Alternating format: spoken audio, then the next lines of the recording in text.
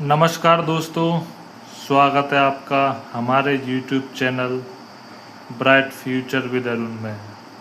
आज हम class 6 history का चैप्टर 5 देखेंगे, जिसका नाम है क्या बताती हैं हमें किताबें और खबरें। चलो शुरुआत करते हैं। इसमें पहला टॉपिक पड़ेगा हमारा दुनिया के प्राचीनतम साहित्यिक स्रोतों में एक। चलो शुरुआत करते हैं। वेद 4 हैं: ऋग्वेद, सामवेद, यजुर्वेद तथा अथर्ववेद। कितने वेद हैं हमारे? 4। सबसे पुराना वेद है इनमें ऋग्वेद, जो कि सबसे पुराना वेद है, जिसकी रचना लगभग 3500 वर्ष पहले हुई। ऋग्वेद की रचना कब हुई? 3500 वर्ष पहले। ऋग्वेद में 1000 से ज़्यादा प्रार्थनाएं हैं, जिन्हें सूक्त कहा गया है। ऋग्वेद में क्या है? 1000 से ज़्यादा प्रार्थनाएं हैं, जिन्हें सूक्त कहा गया है। सूक्त का मतलब है अच्छी तरह से बोला गया। ये विभिन्न देवी देवताओं की स्तुति में रचे गए हैं। ये कब रचे गए हैं? इस सूक्त विभिन्न देवी देवताओं की स्तुति में। चलो आगे बढ़ते हैं। अब देखते हैं इनमें से 3 देवता, जो देवी देवता हैं, इनमें से 3 देवी देवता बहुत महत्वपूर्ण हैं। पहला अग्नि, दूसरा इंद्र और तीसरा सोम। अग्नि आग के देवता हैं, इंद्र युद्ध के देवता हैं और सोम एक पौधा है जिससे एक खास पेय बनाया जाता है, पेय पदार्थ बनाया जाता है।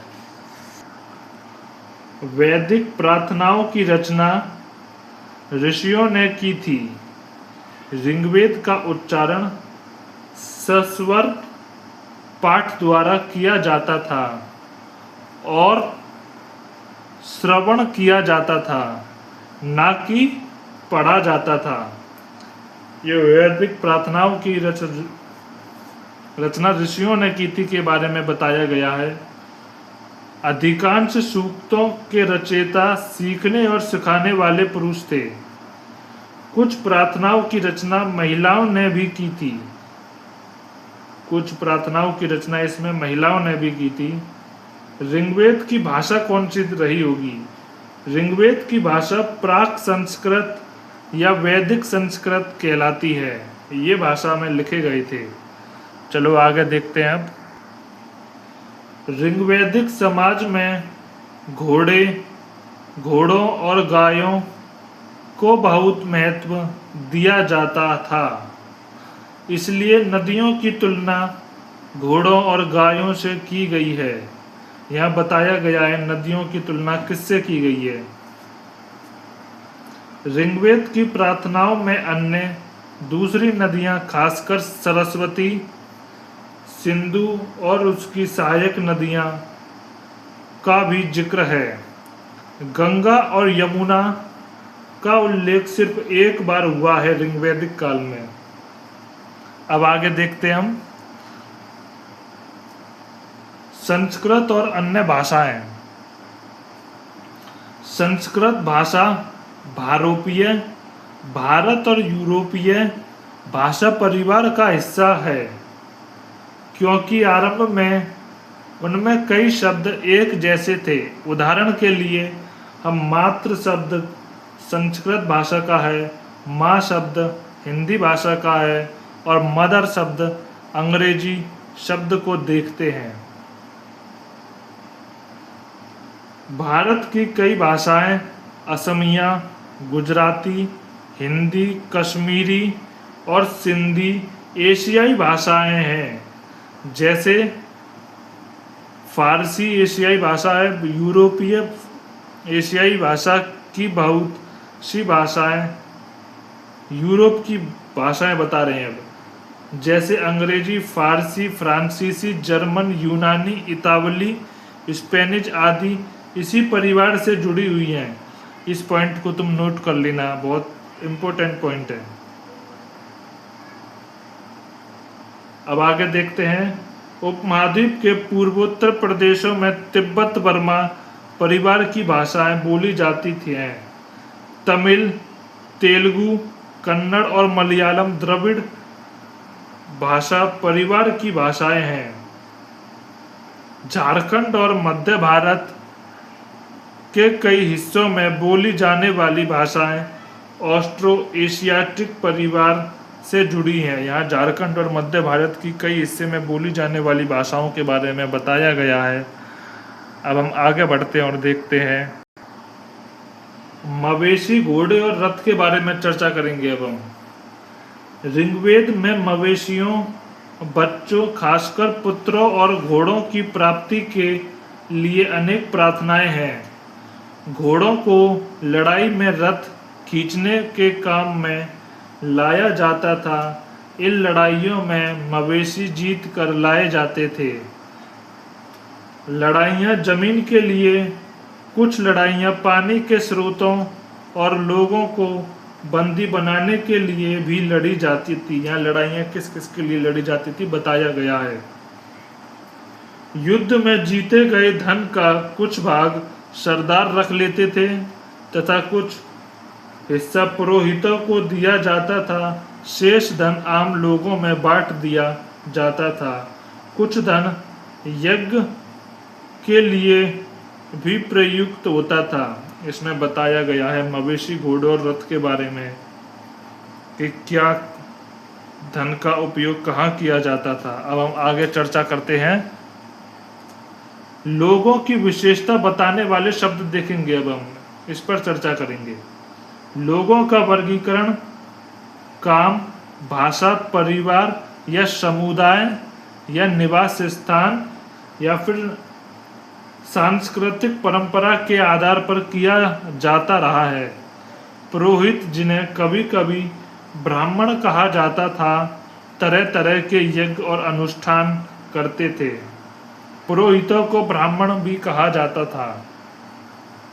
आगे देखते हैं। अब राजा ना तो बड़ी राजधानियों और महलों में रहते थे ऋग्वैदिक काल में जब वेदों की रचना हुई, और ना इनके पास सेना थी, ना ही ये कर वसूलते थे यानी टैक्स।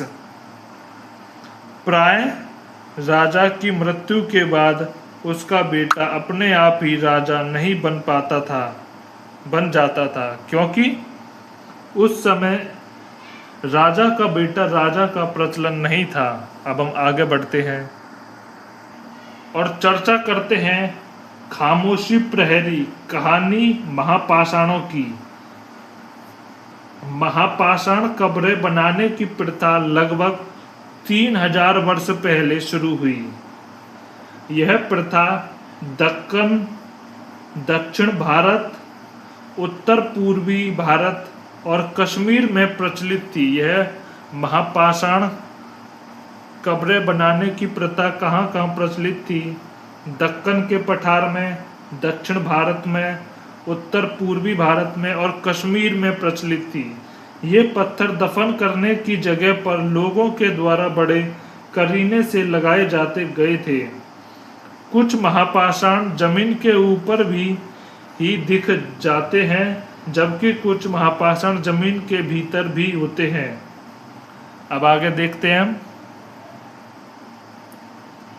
कई बार पुरातत्वविदों को गोलाकार सजाए हुए पत्थर मिलते हैं।